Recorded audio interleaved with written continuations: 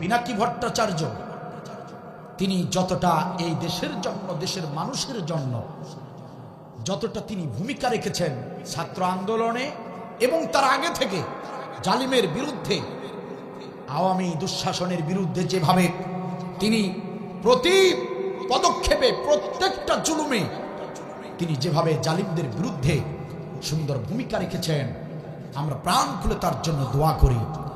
আমরা তার জন্য দোয়া করি আল্লাহ তাআলা তাকে নেক হায়াত দান করুন। অনেকেই বলে বা আপনারাও বলতে পারেন যে হুজুর পিনাকি ভট্টাচার্য একজন হিন্দু মানুষ।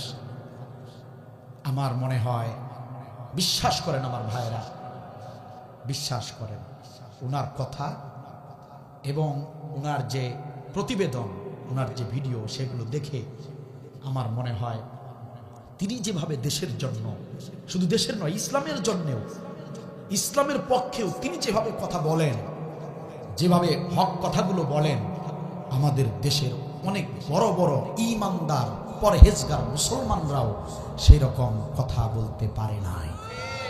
আমার মনে হয় পিনাকি ভট্টাচার্য তিনি হিন্দু নয়।